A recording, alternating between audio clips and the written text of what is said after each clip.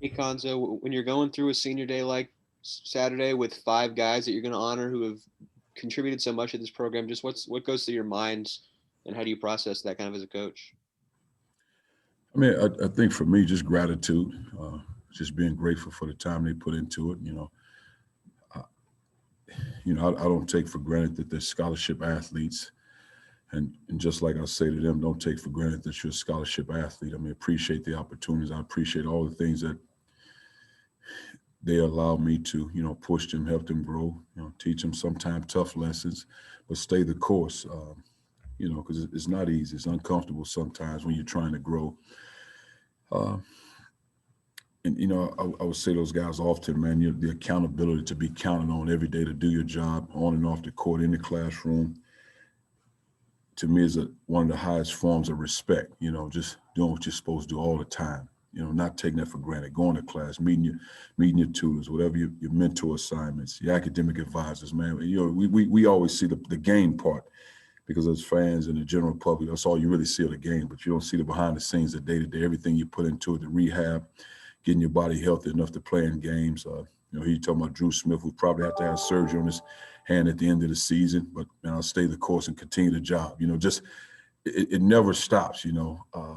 And to have that level of commitment, you're talking about a guy, in my opinion, is an MVP caliber guy.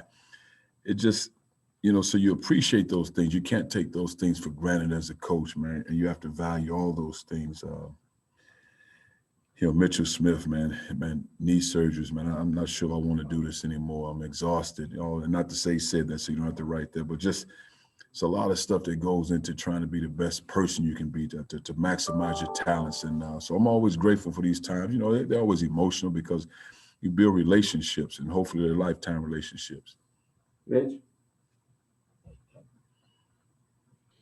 Cuonzo, LSU's got a lot of guys who can score. I guess just how do you go about trying to slow them down? I don't necessarily think it's, we slowing them down regardless of what the scoreboard says. I think what you have to do, you have to limit comfortable catches and in comfortable situations. You have to make them work for baskets. Because just like any score, they find a way. I find a way to put the ball in the basket. If I miss a shot, I get to the free throw line and get it in transition, offense rebounds. They'll find ways. And they're one of the few teams, I think, in our opinion, probably the best scoring team. You're talking about guys that can really put the ball in the basket. So, again, you just want to limit catches, make them tough, get them out of their comfort zone, as opposed to a guy catching at 15 feet, make him catch at 18 feet where he has to take an extra dribble. Those little things matter. But if they catch it in comfort, getting the ball in transition, the ball moving and flowing the way they want it to do, it'll be 90 points. Where? Cuonzo, as you were breaking down your senior class, I couldn't help but think that they're also having to do this in one of the most unusual years ever for college basketball. Does that, the fact that you've had this kind of success, how does that speak to the quality and character of the senior class? Well, I think first and foremost, when you're talking about these guys, it starts with the parenting. You have to give credit where it's due. And then it's our job just to kind of the continuation. But the baton was passed to us to do our job as coaches. Again, that's not always an easy road because you're developing relationships. And I don't know why people think it's easy when you get a young man at 18, 19 years old and you never really had a relationship with him outside of talking on the phone. You watch him play some games. Well, it's different. It's new. I didn't grow to love Coach Katie after the first 2 weeks. But now I can't live without him. It's what it is, man. That's what it's about. Because he had to get me and take me to a place I'd never gone before in order for me to get what I need to get out of life. And he really didn't care whether or not I was happy with him. He wanted the results of a young man being successful. So that's the part that we try to focus on more as a staff, the 10, 20 years down the road. Because if I'm coaching you day to day, then we don't really have a relationship. We just cut a deal. Gabe? Cuonzo, toward the end of football season, there started to be some coaches that kind of lobbied some of their seniors to come back. Are those discussions you have with guys at all before the end of the season? Not at all, man. I'm hopeful these guys can either play in the NBA or become CEOs of their own companies or work for somebody. That's the goal. Now, if those guys sit there and say, Coach, I want to do that, then we would talk through it. Not that I would tell any of them no, but we would talk through why. And that would be my biggest question, why. The same question I would ask for my own sons if they were at that point, like, why? What's the benefit of doing that? You have to tell me. It ain't just I'm coming back. You have to tell me that because, again, it's 4+ years. It's time to live life. Now, if you come back, I want to know the reasons why you're working toward getting your master's. Then that's different. But just to come back to be a part of a college campus, nice campus, no, we're not doing that. No.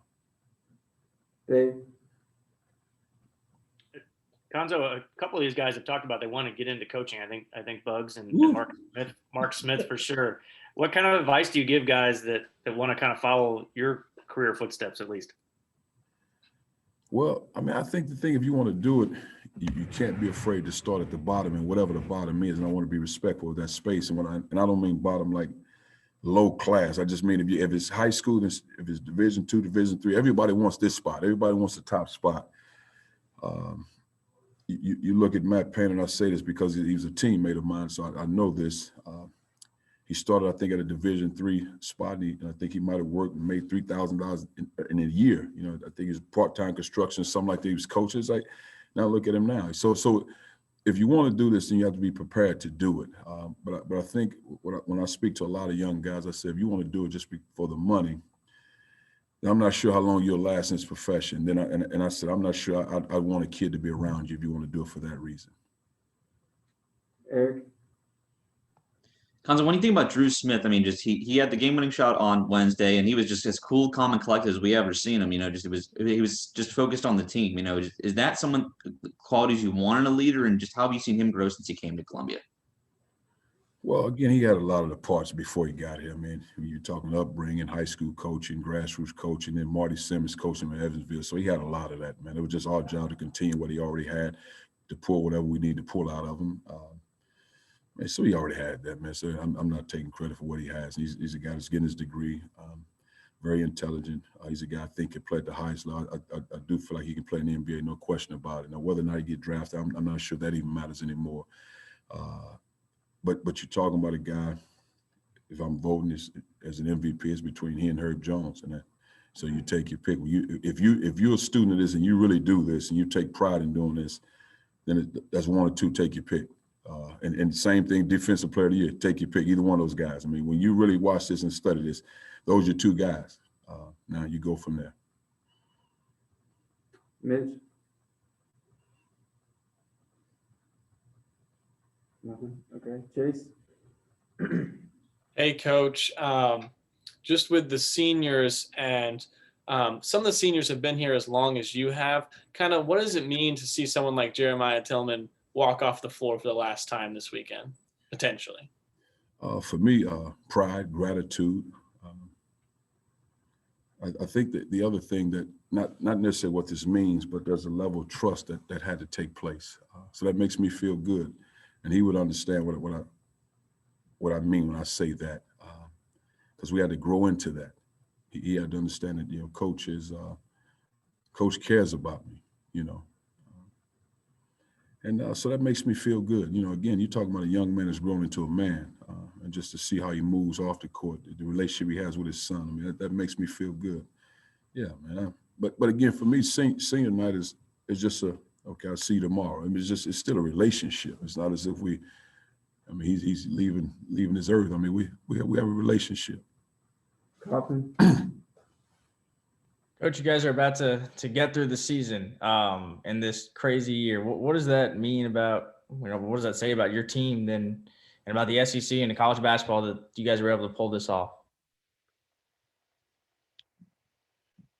I mean, I just think I'm not sure, you know, how to answer that, because you know, you do the proper things, you stay out of harm's way, you can't say you medicate yourself best way possible, because, you know, COVID hit and you deal with how you deal with it. Some weren't as fortunate, you know, and then you have lives lost, man. So to me, to speak on the sport, and here we are, when you have probably over 500,000 people that have lost lives, it's hard. You know, we at this point, let's go ahead and finish it. And grateful to be able to play the game, but man, there's just so many emotions when you're dealing with that, because I don't want to shortchange real world stuff just because we're playing a game. All right. Thanks, guys. Appreciate it.